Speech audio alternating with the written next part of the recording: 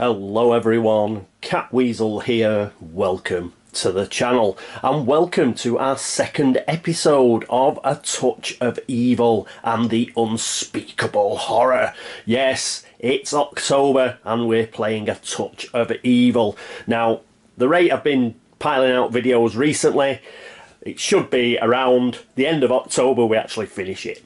Because, yes, I haven't been doing that many videos recently. I have been very busy, but hopefully we will get it done for some time around the end of October. So that'll be nice and thematic for everybody. Okay, you will see a rule book out on the board. Why? Because, yes, I have made a cock-up. It hasn't actually affected gameplay yet, and it's just one of those things that... I just assumed it was right, and it actually wasn't. So just to do the correction in its entirety, thanks to Original Stirrups who pointed this out. It's regarding villain difficulty when you're playing a cooperative game. Now, as I mentioned, you do multiply the villain's base wounds times the number of heroes. Hence, our Unspeakable Horror went up to 24 because it was 8 times 3. However, I was also saying, like, on the shadow track, if you got a +2 on the shadow track, that would also be times up by 3 for a total of 6, because the first 2 stages that you cross in the shadow track, he gets +2 wounds. In fact, you don't. You just get the +2. So it's just like the combat, you just add on the +2. And here it is on page 21 of the base rules. So you can have a quick look there. So that will save us some wounds. So again, kudos there to Original Stirrups who pointed that out. I've only been playing it wrong for about 3.5 years. I'm making it more difficult for myself. So he's got 24 wounds as per the timesing up, and any wounds after that are just additional ones. It hasn't affected gameplay up to now because the wounds that he's got off the Elder of the Dark Gods and the Collector, the extra 2 wounds there, they just apply to those evil elders anyway. So he stays on 26 wounds, but as he goes through the stages on, as I say, the first 2 stages on the cooperative shadow track, he will get an additional 2 wounds, and it'll just be 2, it will not be 6. So once again, thanks to Original Stirrups, thank you. And anyway, it wouldn't be a Catweazle game if we weren't making the odd correction. Okay, right, we are ready for turn 2. We'll see how it goes. If it's a bit long, we'll just do 1 turn. If we rattle through, I might do 2 turns. We'll see as we play. Okay, so without further ado, let's get on with turn 2 and the hero phase.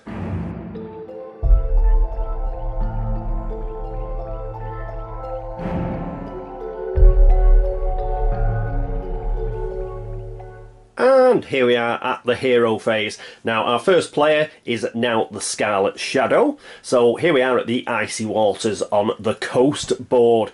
There's still an investigation there, but what we're going to do is we are going to try and move.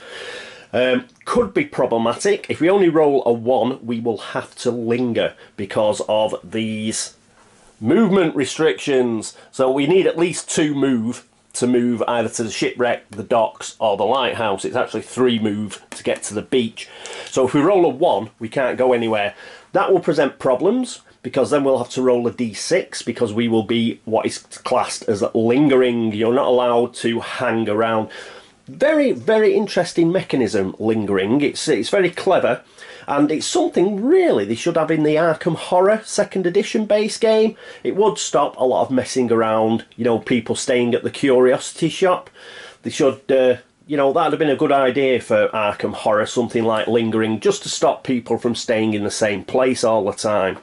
However, let's get on with the Scarlet Shadow's turn. He is going to try and move first, so we'll take a die. We will look around for wherever I have put that, the dice tower, and we'll hope we get more than 1. And we get 6. That is even better, because the Scarlet Shadow is making full use of his shadow move ability, because a 6 he can move anywhere. Right, what are we going to do then? You know what I'm thinking we will do? I think he shall move to the abandoned keep. Reason for that is it will be very easy for him to get back to Smuggler's Cove and get back onto the coast board.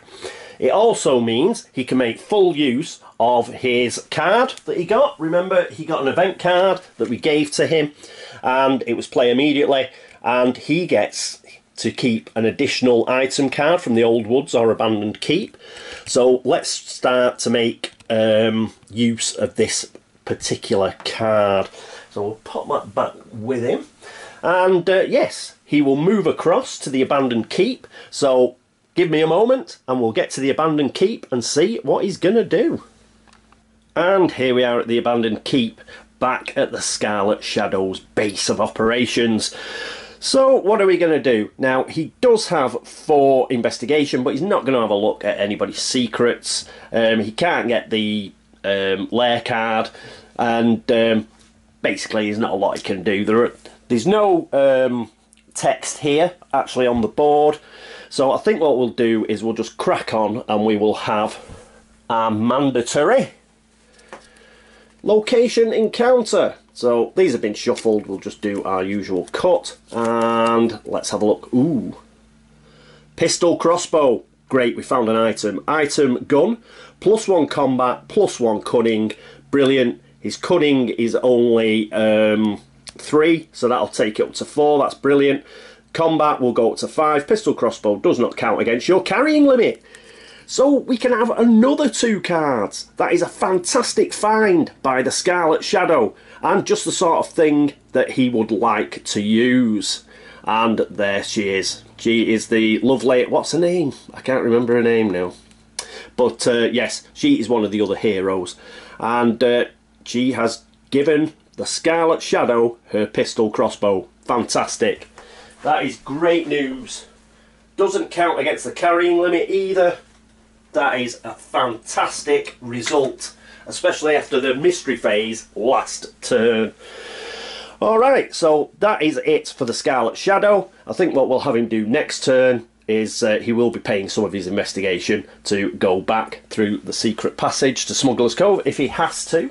I'm not sure he has to. Let me just check. No, it doesn't say that he doesn't have to pay. There are a couple of the heroes that don't actually have to pay to use the secret passage. In fact, I know who it is. It's Maria de la Rosa. She's the smuggler. She doesn't have to pay to go through the Smuggler's Cove secret passage. But unfortunately, the Scarlet Shadow does. Okay, that's it for the Scarlet Shadow. After him, it is Anne-Marie, the Town Elder Killer. And here we are at the manor with Anne-Marie. There she is, and there's her last victim. The poor dead Lady Handbrooke. To be fair though, she didn't actually kill Lady Handbrooke. It was the villain, but Anne-Marie made it possible. She's an accessory before the fact. Naughty. Okay, anyway, so we've got Marie here. We will roll for our movement. So go over here and get myself a die. Let's roll that 6 again for fun. Okay. But this time we get a 1. But that's okay, because we wanted a 1. We are doing okay here. It's just when we get to the mystery phase, things going really bad. So we get an event card for rolling a 1. And we'll do the cut as normal. And let's see what we get. Entourage. Sounds good. Play immediately. Play this card on any hero. That hero may now carry up to 2 additional ally cards. These may be from any locations and or allied town items. Very good. Now we need to decide who we're going to give that to. And ooh, nobody's got an ally as it stands. And I think what we'll do is Anne-Marie will keep it. Let's see if we can get Anne-Marie a few ally. Or no, we'll give it Inspector Cook. The reason we give it Inspector Cook is he's an inspector and he's more likely to have an entourage, I think. I don't think the school teacher or the Scarlet Shadow would have a load of people like trailing along behind them. So we'll actually give it to Inspector Cook. There we go. And we will look to use the secret passage. Let me just check. Instead of moving normally, you may pay 1 investigation to move to or from the manor. So she's got 2 investigation. She is going to spend 1. So pop that in there. And let's get across to the monastery. And here we are at the monastery. Just to show you, that is the secret passage text there that I just read out. And it's important you read the to or from, because this Something Wicked board came out after the base game. They were obviously not able to change the base game board, so they had to write the to and from on this board. I have seen some playthroughs where I think people forget that you can actually go both ways. So she spent her investigation and she has trotted along to the monastery. And because she's at the monastery also has some text here. So we can buy monastery items here, but we've only got 1 investigation. And we could actually buy something with 1 investigation from the monastery, because remember these cards, we can have a look at them all, and the guide is 1. So we may discard a guide to cancel and redraw any location card you have just drawn. Brother Jonas will act as your guide. So it only costs 1. Is an ally. And we just got rid of that ally card, but never mind, the event card. But basically, all we can use it on are the guides, because they're the only guides that cost 1. But I don't think we'll bother for the time being. We'll keep our single investigation. And let's have a look at what the rest of the text says. If attacked while lingering here, so lingering is the operative word there, we have to fight the Order of the Crimson Hand. But we're not lingering, we've just moved here. Okay, so we're in the monastery. What can we do? We could have bought some items, we're not going to do that. And all the usual stuff is out of the question, you know, buying a lair card, all that sort of palaver. It's still early in the game, we do not have enough investigations. We can't trade with anybody or anything like that. So all that remains is to get the monastery deck. And here it is. It's been shuffled. So we will give it a cut and we will find out what we're going to get. We're going to get attacked. That is not ideal. Fight. Roll once on the villain's minion chart and work out the result. You were warned to leave this place. Now it's too late. What do you mean we were warned? We only just got here. Oh, damn it. So that's unfortunate. But there are only so many attacked cards in a deck for each location. So we've got rid of this one now.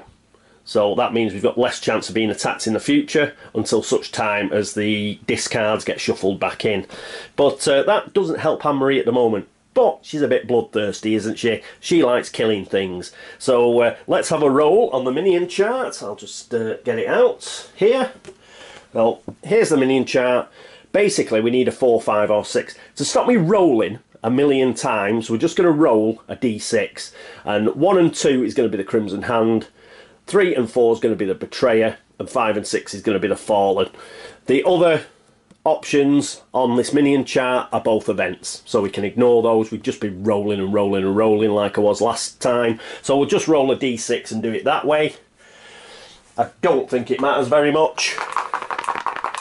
So what we're going to get, a 6, that is a Fallen. Alright, it's got some special ability as well, let's just check. 3 fight dice, we could have done without that. Wounds 2, and it's got wings, yeah, so even if we hit it, we've got to roll a d6, because if it rolls a 4, 5 or 6, it will ignore that hit. Okay, right, we'll put that just over there a bit, slightly out of shot, but I can read it, and that's the important thing. Alright, so they get 3 fight dice. Oh, this is our first fight, isn't it? How exciting. 3 fight dice. I'll be able to tell you about how to fight in A Touch of Evil. How many fight dice are we going to get? We're only going to get 2, aren't we? Yes, we have got 2 combat, which is pants. I'm just going to check these event cards that are in the pool. Right, we've got Battle Fury and we've got Avenging the Fallen. Oh, we could play one, Avenging the Fallen. Play during a fight round to gain +2 fight dice for each dead town elder, not evil elders, and each hero that is currently KO'd. Cool. Okay, we will use Avenging the Fallen because I like the irony of it. So she's caused Lady Handbrooke to be killed, and now she's going to get 2 extra fight dice for it. Because really, I do want to kill this this Fallen. So we'll be playing that. She'll get 2 extra fight dice. She now has 4 fight dice. Let's get the minion. So we've got Fallen here. Pop that in there. It's attacking her, and we get 4 fight dice. So let's try and get ones that have been good to us in the past. And right, how does the fight sort of sequence work? Well, fighting is simultaneous. So you basically attack each other at the same time. That means you can both get knocked out at the same time. So you can defeat the minion and you can also get knocked out yourself. That's just the way it goes. Some cards do state that a minion might go first, but that's not the case here. And all we've got to remember here is if we do get any hits, we're going to have to roll a d6 because this Fallen can fly and may be able to dodge. So the minion's dice are black, our dice are white. So, oh, that is awful. So we've missed. And they've got a single hit. So that is awful. Right. So I'm going to take these 4 dice and get rid. We're going to choose 4 more dice. You know how I operate. If dice do not cooperate, then they go to the place of shame to rethink their actions. So we've been hit once. I'll grab a wound. And Marie has 3 wounds, so that's a bit of a downer. Right, oh, so we will go again. Let's just check Avenging the Fallen. Play during a fight round. Yeah, we're in a fight round. So I think it carries on. Or is it just for a single round? I'll just check that, won't be a second. Okay, I'm back. What I'm going to do is I'm going to say we've got to discard this now. It doesn't actually say it, but if you look at the one below, it says until the end of that showdown. That suggests, you know, you'd keep it till the end of the showdown. The top one does not. So we tried it and we cocked up. So we lose Avenging the Fallen now, which is a bit of a downer. And we're back to 2 fight dice. So I'll take 2 of these out. So it's 2 against 3 now. So we'll have one more go. And because she's nothing if not a trier. We'll have one more go and we'll see if we can manage to defeat this minion. And no, we haven't, and they got a hit on us. So we now have 2 wounds. So let me get a wound marker. And obviously Anne-Marie is only good for killing town elders. She's not very good at killing anything else. So now that she's got 2 wounds, before we actually do the next fight round, she is going to flee. You are allowed to flee, and she's going to do that now because we don't want her to get knocked out. So what we're going to do is she's just going to move here onto this road space. So she's going to run from that Fallen. The Fallen stays there, unfortunately, because we've placed a counter on the board. If it was a card, it'd get discarded, but no, it's a counter. So it stays there, and yes, that was pretty bobbins. Okay, so that is here for Anne-Marie's round. The reason I've moved here rather than North Dock, which does have a couple of investigation, is if we go to North Dock and then next round we don't move, we would be lingering. Yeah, this way we're going to move from there. So if we get a 2, we could, well, we couldn't because we can't get past that square minion, but yeah, we'll be able to move off down this direction. So yeah, that is it for Anne-Marie. Next up is Inspector Cook.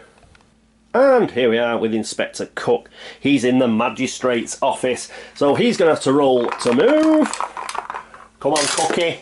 And he gets a 5, which is great, because we do need him to get moving. So where's he going to go? He's got quite a few options, really. So I think, though, what we'll do is we will send him up to the windmill. So he's going to go 1, 2, 3, 4 of his 5 movement, and he is going to investigate the windmill because he's been told something might be going on up there. Now, he's got no investigation whatsoever, so he won't be spending anything doing anything, and there's no text on the actual space itself, and there's no investigation to pick up or anything like that. So all we need is the windmill deck, which I will go and get. And here we are. We have the windmill deck. We will zoom in and we'll see what's going to happen to him at the windmill. And here we are with Inspector Cook. And here's the windmill deck. Already shuffled, so we'll just do a cut. And what do we get? Hopefully we won't get attacked. Ooh, a wooden chest. This sounds good. Item chest. You may now carry up to 3 extra items from any locations or any of the towns. Brilliant. This should come in handy. It will. So we have a wooden chest. We'll put that next to Inspector Cook with his entourage. I was hoping to get an ally actually, but never mind. And yes, so he's found a wooden chest in the windmill. And that is it for Inspector Cook. We're not going to be doing anything else. So now it is time for the mystery phase.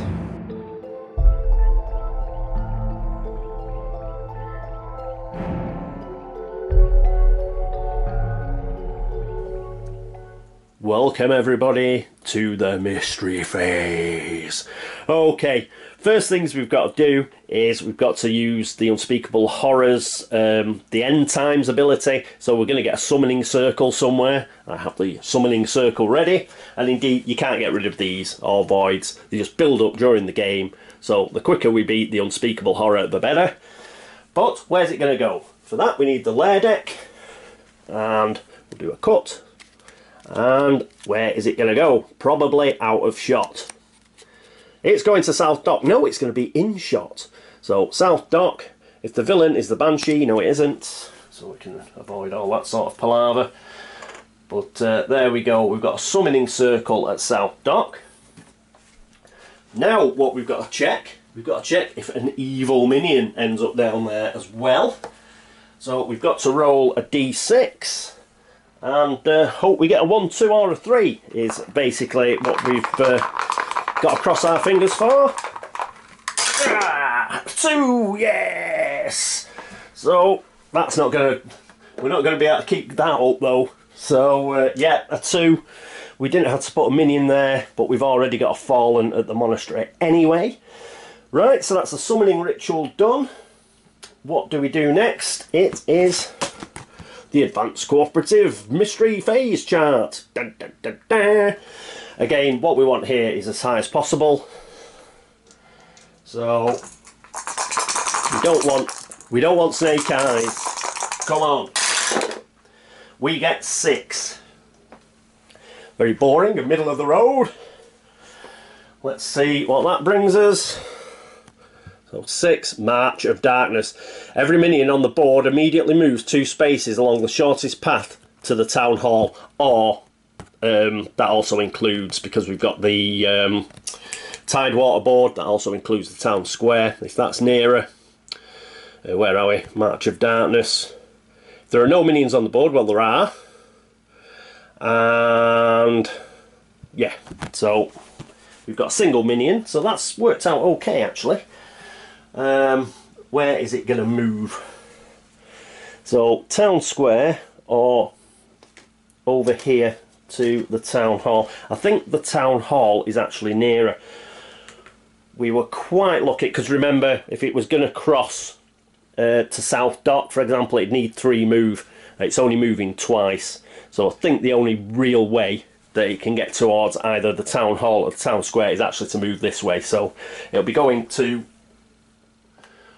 1, and I believe it'll go this way, and we've got another fight because it's going to stop.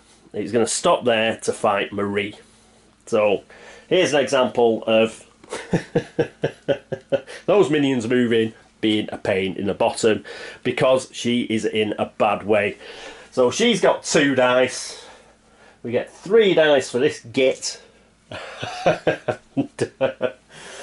Yes, she can't flee. You've got to have at least 1 fight round, so she can't even flee again.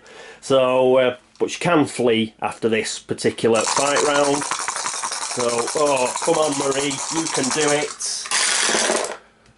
Ah, no, she fails. 2 3s, not good enough. And she gets hit once, which means she gets knocked out. And she got knocked out during the mystery phase. So Marie will not be having a turn. Because we've gone past the part of the mystery phase where heroes actually get revived.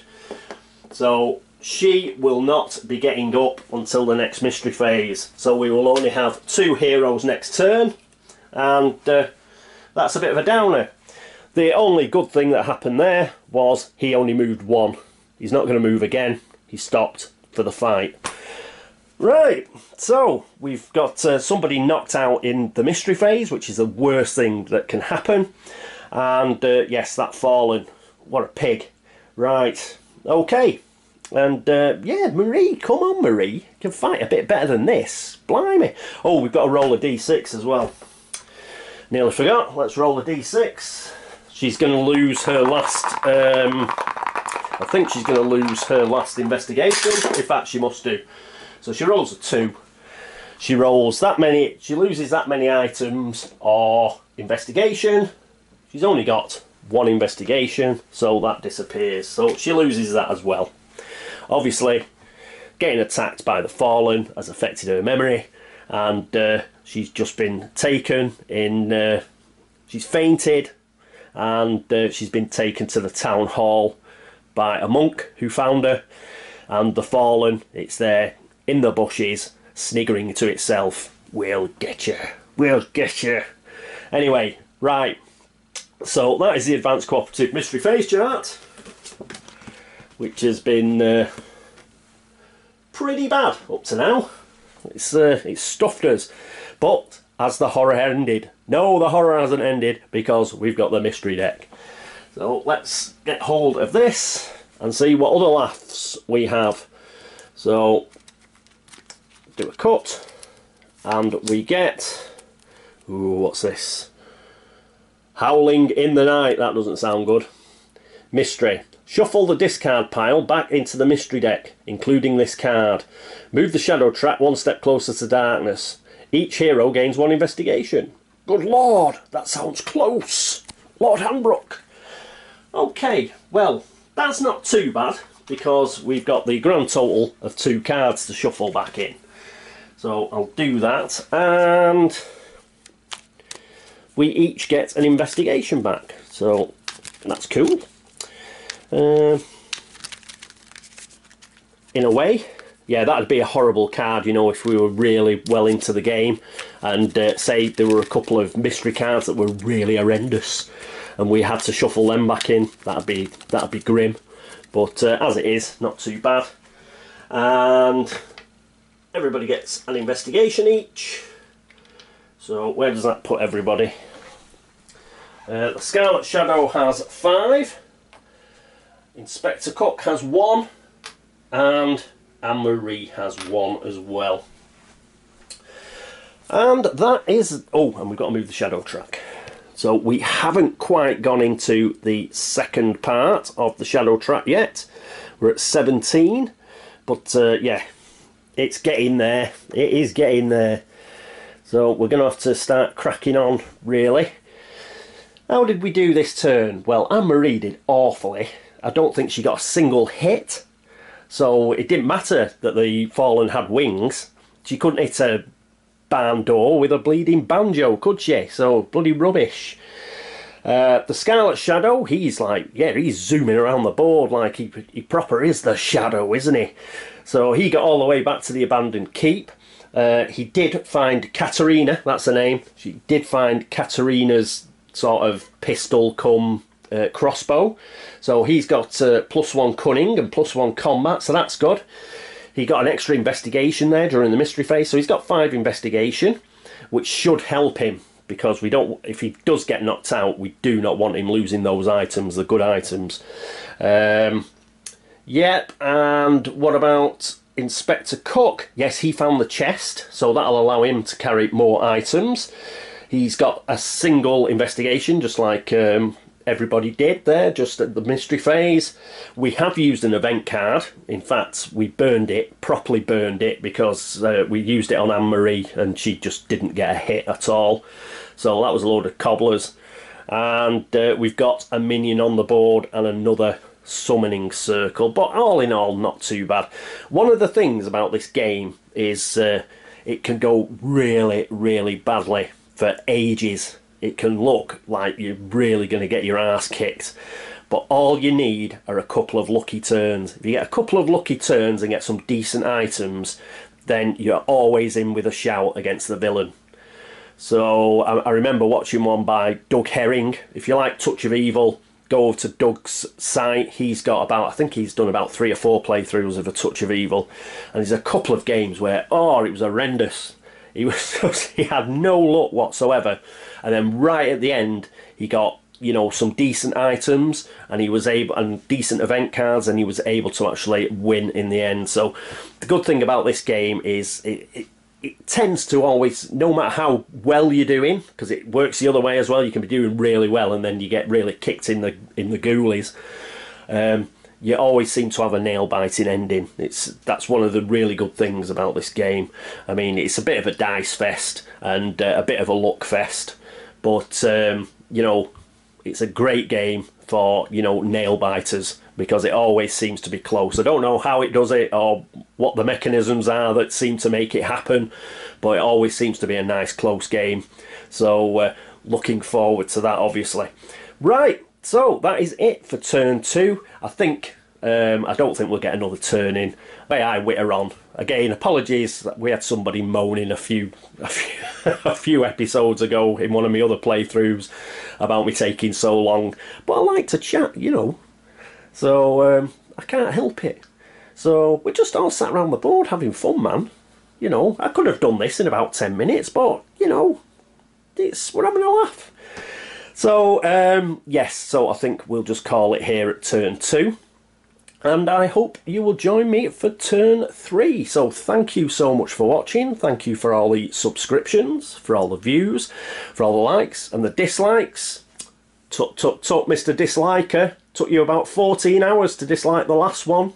You're just losing your touch, sonny. And thank you for all the help and support. And yes, anybody who's been across to Board Game Links to upvote the site there, thank you very much. Similarly, everybody on BGG who's liked the video threads or commented or dropped Geek Gold, anything like that, you are very kind. Thank you. Shout out to Twitter followers, Instagram followers, Facebook followers. Thank you very much. Always nice to see you in those places. And big shout out to you. Thank you very much. And that is it for turn 2. I hope you join me for turn 3 and possibly turn 4. We'll see how it goes. And I'll see you next time. So until then, this is me, Catweazle, saying toodaloo.